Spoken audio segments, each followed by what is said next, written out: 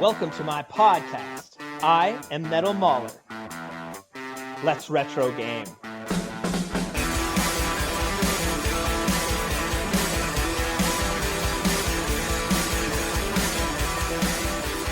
Hello, hello, hello. Welcome to my very first podcast episode.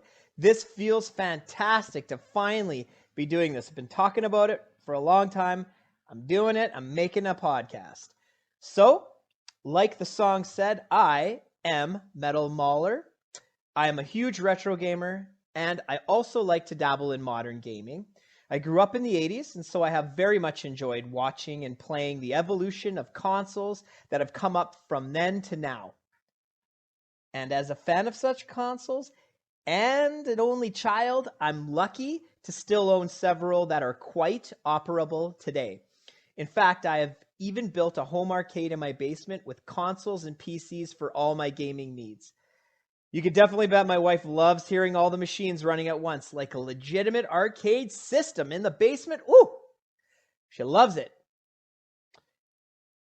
Anyway, today I want to discuss the PlayStation 3. That's how I want to kick off my intro to podcasting as a retro gamer here. I want to talk about how incredibly valuable it still is as a console for retro gaming and even arcade gaming with the use of an actual plug-and-play arcade stick. It is without a doubt an awesome system that I love to play alongside my PS4. Anyway, what I'm going to do in this episode is break down what games are playable with the PS3 compatible arcade stick and what type I'm using. I will also tell you where you can purchase such an item. I'm also going to present you with several games that are arcade-like, have an arcade style, but may not be compatible with an arcade stick. Still lots of fun, though. What I'm not going to do in this episode is venture into the territory of adding emulators, ROMs, firmware to the device. I just want to talk about creating a legitimate arcade-style system.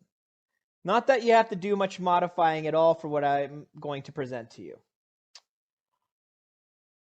First of all, as all of you know, you can go to any thrift shop, Facebook Marketplace, eBay, Amazon, EB Games, wherever, to still find decently priced PS3 games.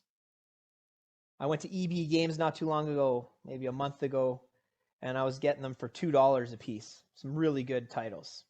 Need for Speed came up in that title, so I was pretty excited. There are other people on Reddit that will tell you they can get them for even cheaper. So, I mean, if you can do that, all the power to you, you know.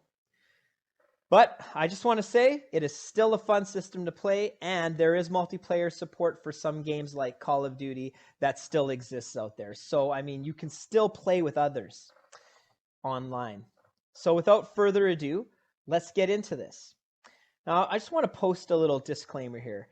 You can most likely do the same setup with a PS4 if you subscribe to PS Now in terms of getting some really awesome arcade-style PS3 games, PS2 games, PS1 games, PS4 games. There'll be plenty that you could do on that and hook an arcade stick up to your PS4 and accomplish the same thing I'm talking about. But if you don't have a PS4 or if you just have a PS3 laying around doing nothing in your house, hey, why not put it to some work? You know, let it work for you. Let's talk about the tools you need. The first thing I did was research a compatible arcade stick for my system. I ended up choosing the Mayflash F300 arcade fight stick joystick. I said that without taking a breath, people. It is able to work with the PS4, PS3, Xbox One, a PC, the Switch, Android, and a Neo Geo Mini, as the ad says on Amazon. That's a lot, folks. That's a lot. It's priced in the $85 to $90 range, and it is worth it. It has a turbo button, and you can switch the stick from D-pad to analog when playing PS3, depending on what the game you're playing needs. I highly encourage you to check it out. Now for sound, I happen to have a TV that allows me to attach speakers via an audio auxiliary cord to enhance the TV speaker system. So I basically just have computer speakers running from the TV. It's amazing how good the sound quality is with this tiny addition to the television. And it is also possible to hook up sound through the red-white audio plugins from your PS3 to the speaker system. And you can still run the video through HDMI. I researched this one online, so I do not have personal experience testing this strategy, but it sounds pretty good because you can easily go to a thrift store and buy a stereo speaker system that uses red and white audio cords, and probably for an extremely reasonable price. Hook that up to your PS3, you've got great stereo sound as well. Additionally, I have also read that you can use an optical digital cable to hook up good quality sound to the back of your PS3. So many different options there for some high quality sound. Okay, obviously you're going to want a television that is of arcade monitor size. So you're looking for something like 24-inch to 27-inch. That way you can set it up on top of a table or a bar, and you can set up your PS3 around there, and then you can literally stand and have your arcade stick in front of the monitor, and you're experiencing a real arcade feeling. So, consider how you want to play it and where you want to be when you play it. I have mine set up on a table that you sit at. It's about the size of a desk. The monitor's on top of that desk with the speakers around it. PS3 is in a cabinet, breathable cabinet on the side. So, I'm still playing it like an arcade machine, but it's meant to sit down. I have two other units that are for standing, and they're with my PC. So, it was the only place I could find room. But depending on how you want to present it and play it, you want to think about the size of your TV that you're using. Let's talk about games that are compatible with an arcade joystick first. That way, you get to experience your console as a bona fide arcade machine from the get-go.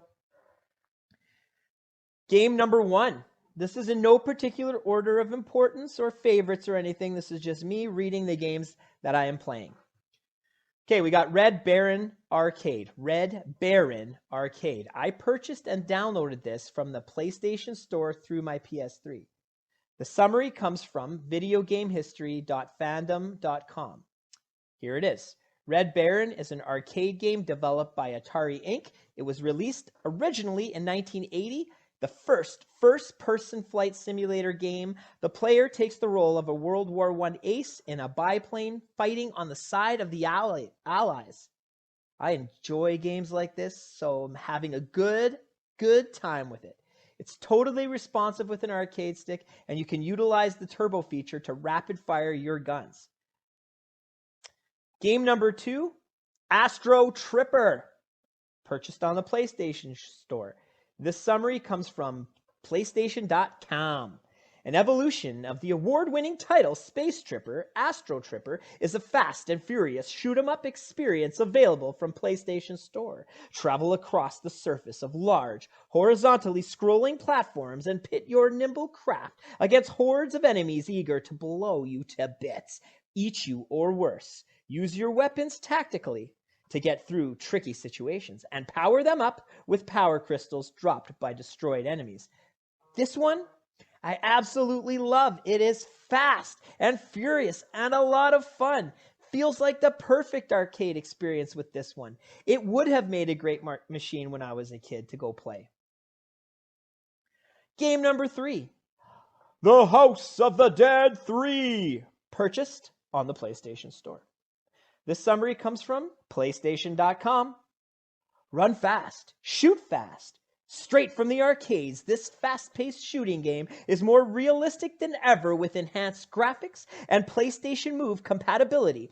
Unload shotgun rounds on relentless armies of evil creatures turned loose in a post-apocalyptic world. As Lisa Rogan or Agent G, you must rescue XAM's Agent Thomas Rogan before the unthinkable happens. Team up or battle alone through various routes filled with horrific creatures. Game number 4 on my list, Sonic All-Stars Racing Transformed. purchased on the PlayStation Store. This summary comes from store.steampowered.com. Compete across land, water, and air in incredible transforming vehicles that change from cars to boats to planes mid-race once again. I love it. It's a great game to play with an arcade stick, and I think there are other Sonic racing games on the PS3 that are probably going to respond to an arcade stick as well. Let's get to game number 5. This is the last of today's podcast. Game number 5. NBA Jam on Fire edition, purchased on the PlayStation Store. The summary here is from PlayStation.com. He's on fire! NBA Jam on Fire edition from EA Sports is heating up and available for download. NBA Jam on Fire edition is everything you love about NBA Jam, dialed up to 11. Featuring bigger rosters, 30-plus unlockable secret teams, legendary players, monster dunks, all new online modes, and so much more. Just going to let you know, I have not been successful in going online with this one. But in terms of having a friend over, you want to play NBA Jam on Fire, this is awesome because the last time I played NBA Jam was at the arcade, and I thought those graphics were good. Then I see this game, and it blows me away how good the graphics are and the sound quality and everything. So, I mean, it's great just to have for yourself or with a friend. So let's continue the summary. Of course, the voice of NBA Jam, Tim Kitzrow, is back with tons more original commentary. Download today. You'll be on fire in no time. Like I said, you want to talk about an awesome throwback to the arcade edition? I love it. Fun and exciting and great graphics too. Well, people, that is my time for today. I hope you enjoyed the show. It's number 1 on the list for me. Who knows if I'm going to have listeners? Who knows if I'm the only listener, right? But I'm having fun. All right, talk to you next episode. I'm out.